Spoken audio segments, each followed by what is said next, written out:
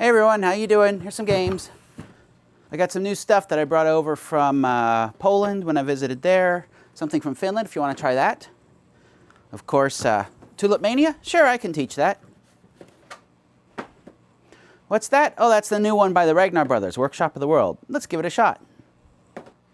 Why, hello, Pandemic. Looks like it's just you and me. Hi, Talisman. I haven't seen you around in the box before. No. Why don't we get a little more comfortable? What are you doing? You're old enough to be my mother. Shh, boy. Let me show you a thing or two. Oh! Now, come to Mommy. Are you sure about this? Why, of course. You've got protection, don't you? Why, I think there's a baggie in my box that no one's using. Well then, come on down. My mommy never did this. Wow, that was great. I thought you'd like it. Let me take this off you.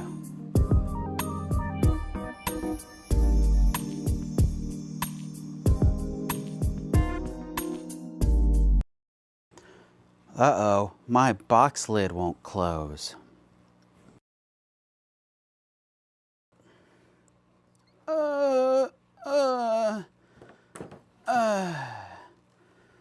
Congratulations, Talisman. It's a cooperative. Pandemic, we need to talk.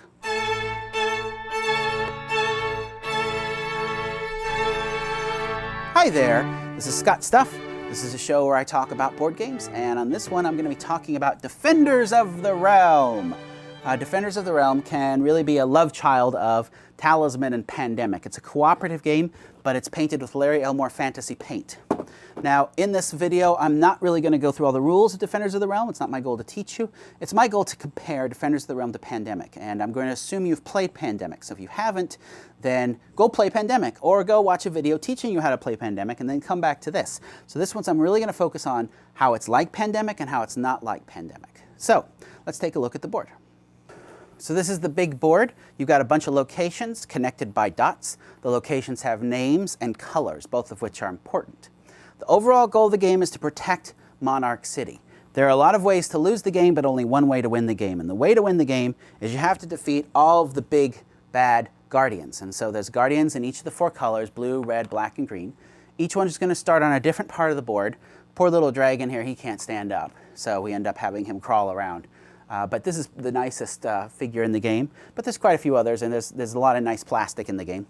So what will happen is each of these guardians starts in a different area, and they have a 5-step path heading towards Monarch City.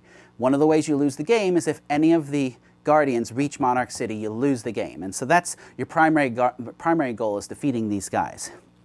Another aspect of the game, similar to the cubes in Pandemic, are minions. And so the minions appear on the board in different locations. If there are ever 3 minions on a location, if you have to put in a 4th, then the minions have a hot minion party and make lots of new minions that go in all the adjacent spaces. In addition, they also put one of these tainted crystals in the land, and if 12 of these appear on the board, you lose the game. If you ever have to put out a minion and you don't have enough minions to put out, you lose the game. So lots of ways to lose the game, but only one way to win the game, and that's to defeat all 4 of the big bad guardians. Now, the way the game is going to work is you're going to play a character, and this is where the talisman aspect comes in. There's lots of different characters. They have very different feels in the way they play because there's significant special ability differences between them.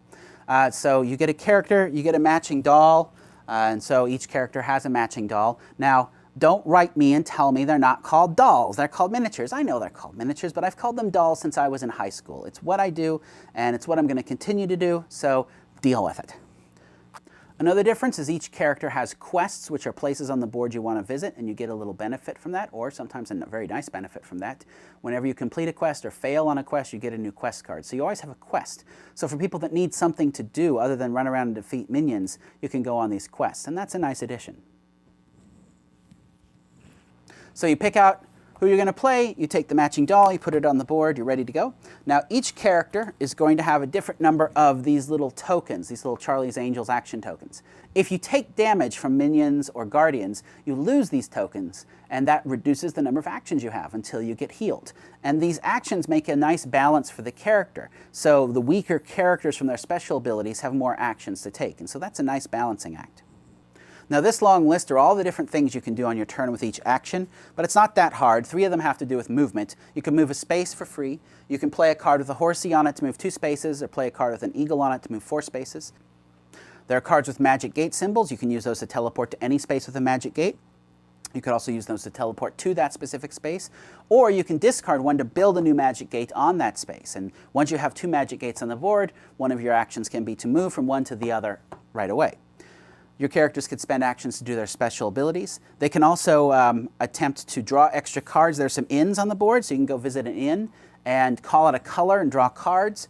Draw 2 cards, and any cards you get of that color you get to keep. You can also attempt to heal a tainted crystal by rolling some dice, and you can try and fight minions, and i.e. reduce the cubes. And so that's one of the interesting things that's similar but different. So it's similar to Pandemic in that once you get a number in a space, they explode and go everywhere. It's different in that when you go and try and remove them, it's not automatic. Instead, what you do is you roll dice. Each of the 4 different races is slightly different. They have different numbers to hit. And so you're going to roll dice, and that's how you're going to defeat the minions. And at the end of your turn, if there's any minions in your space, you're going to take damage, 1 point for each minion in your space. So that's an interesting twist. It adds a lot more tension. You can't just go into a space and know you're going to get rid of 3 cubes like in Pandemic. You have to say, well, I'm going to go there and roll, and hopefully I'll take care of them. So you end up having to save more actions to attempt to defeat the minions, or fight them a little bit, then run away, so that they don't damage you at the end of your turn. That's a really nice twist. Just like in Pandemic, after you take your turn and draw some cards, you're going to end up drawing cards that put more minions on the board and move one of the guardians. And so on the bottom of all these cards that shows a track, and it says that if the guardian's next space is this one, then move that guardian along, or move the guardian along no matter where he is. And you may take some minions with him. So what's going to happen during the game is these cards are going to move the guardians closer and closer towards the middle, and that becomes your new panic. It's like, oh no, he's only 2 spaces away. We got to do something about that. Now the way you defeat the guardians, they're tough. The guardians have a number of life points, and you have to take them down. If you don't take them out in one shot, then they're going to heal back up in future turns. If you don't take them out, they're going to do significant amounts of damage to the people who are in that. But you can work together. And so the way that works is, if we want to defeat this guardian, then I'll move to his space and end my turn.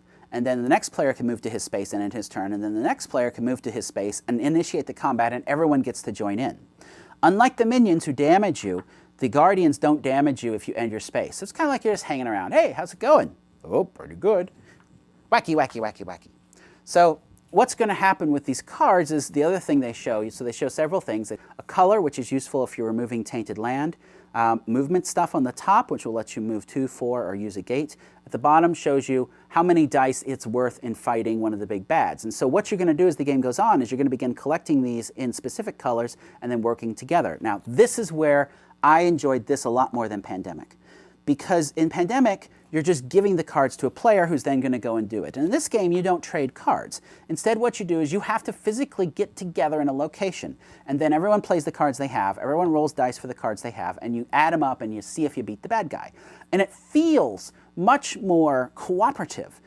It's much less, hey, let's give everything to you and you go take care of it. It's very much, let's work together. So what happened is there was a cool story arc in the game. Is we all started, we scattered around, we defeated minions, and then we started to see the big bads heading towards the middle. So we grouped together, and a couple of us worked together on one, and then a couple people work on another, then we all meet together on this one, then we all moved as a group. So as the game went on, we moved as a party, which was cool. It was a cool way of ending the game, and the game came down as very close. You had the big bad blue crawly dragon, 1 space away from Monarch City. Also, what happens is the more of these guys you defeat, the more of these darkness cards you flip over. So you're going to flip over 3 of these when there's 1 guy left. And if any of them showed him moving into Monarch City, we would have lost the game. But we managed to get together and defeat him with that last turn. So that was a really exciting, tense ending. And that was enjoyable. I enjoyed the fact that there was more of a cooperative feeling, more of a teamwork feeling. So, how is this similar to Pandemic? You've got minions scattered across the board. They're exploding. If you get too many on the board, you're going to lose that way. How is it different? You can't trade cards, so you end up having to actually work together more.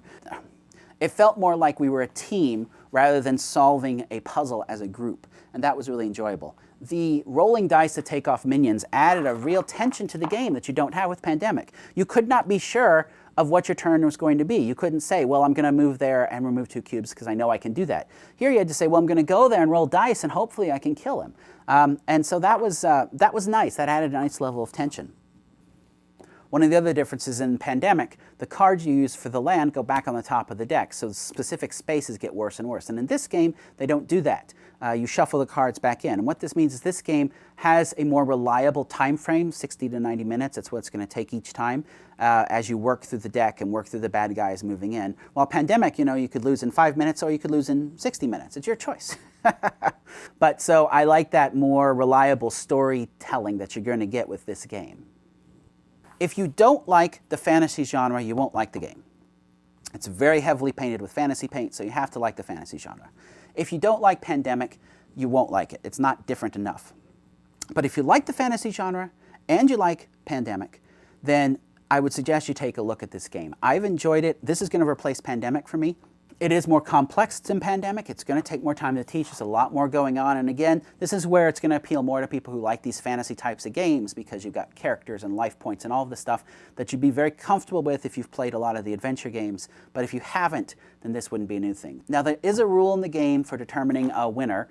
And so what it is the person who does the last blow on the generals and does the most quests is the winner. I don't much like that rule because it seems to go against the cool teamwork element that really comes out of this game.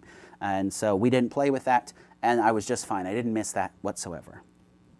So that's your brief comparison of Defenders of the Realm and Pandemic. This was put out by Eagle Games, and so it's nice to see that they're trying other forms of games. And I think with this one, they've got a hit for a specific audience. If you like fantasy and you like the cooperative type of game, go for it. Go defend the realm. And that's enough for Scott Stuff. I'll see you later.